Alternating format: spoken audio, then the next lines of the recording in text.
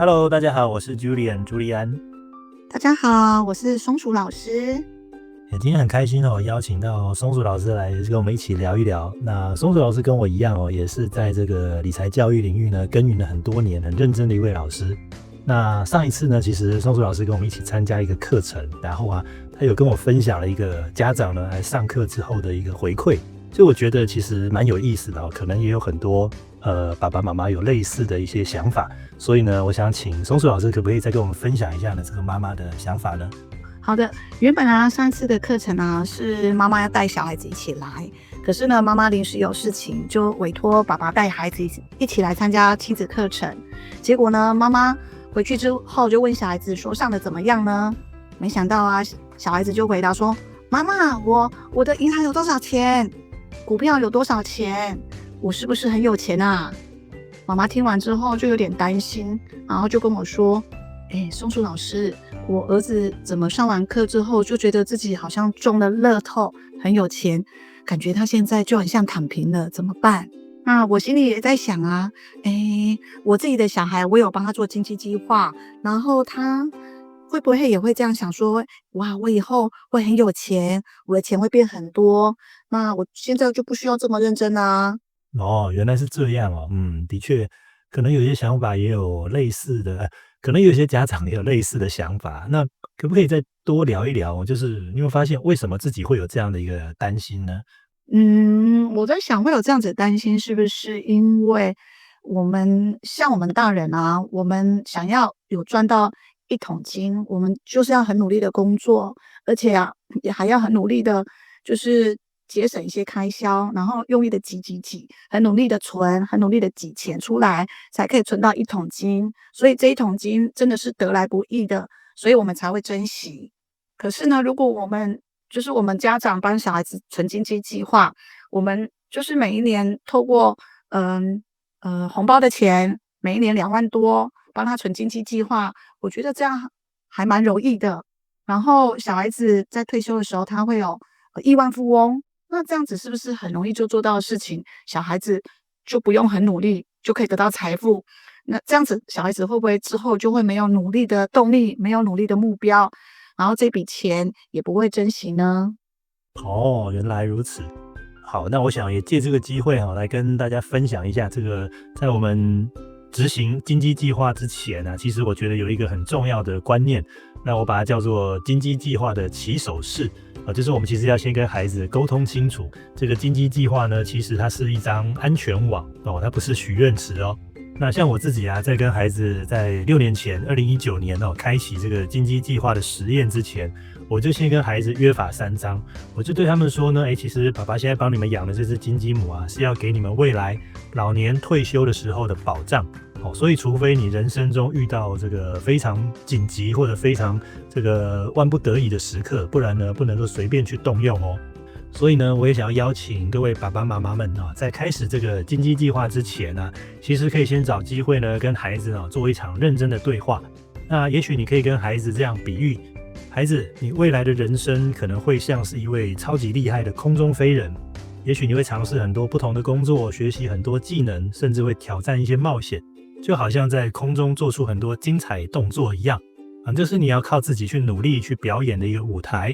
那爸爸妈妈现在帮你养的这只金鸡母它不是让你拿来买玩具，也不是让你偷懒用的弹簧床它好像一张就是挂在最底下的安全网一样。那这个网子的功能就只有一个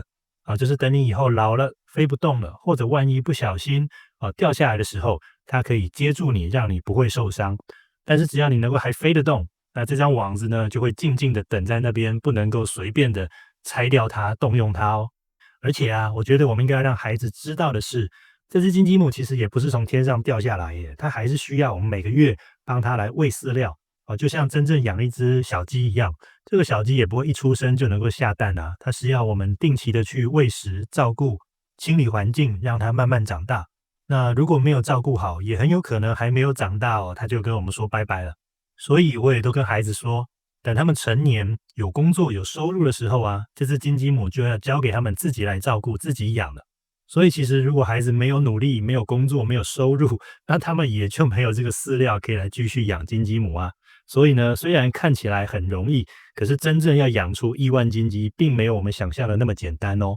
再补充一个好了，这是我常常提到的，我们的金鸡计划从2019年到现在2025年，短短的6年，我们就遇到了3次的所谓空头市场就是股市大跌，我们的金鸡母呢都变瘦了。这个时候，如果爸爸妈妈自己先慌乱了，小孩也会不知所措。所以，如果爸爸妈妈能够跟孩子说没关系，我们一起帮他补营养，他会再长回来。这个时候呢，孩子就有机会学到面对这个市场起伏的一个经验跟勇气。那么这个就像之前我看 AI 教父黄仁勋的报道常常提到我们要帮孩子培养这个面对逆境的这种韧性。不过话说回来松鼠老师，我也很好奇假如你成了亿万富翁，那你的生活会怎么规划？会跟现在有什么不一样吗？如果我知道我退休可以成为亿万富翁，我就不会一直去追求很高薪水的工作了，搞得自己很不快乐。我会去找自己比较有兴趣的工作，比较有意义的工作。因为我小时候是在一个比较传统的家庭长大我觉得女生应该要有工作才会有保障。然后我也好羡慕很会赚钱的朋友，所以我就在找工作的时候我以前都会尽量找薪水很高的、有挑战性的工作。只是后来我变成了全职妈妈的时候因为没有工作、没有薪水，我就觉得那个时候的自己很没有成就感，很没有安全感。不过这几年我小孩长大了，也上学了，我就有比较多的时间可以来进修学习。然后我也兼职做儿童理财的老师，然后开始有了收入。这样也意外发现说，做自己有兴趣的工作比高薪的工作快乐多了，而且也可以做得比较长久。以前我也只懂得说，原来我想要有收入就是要工作。但是呢，现在我透过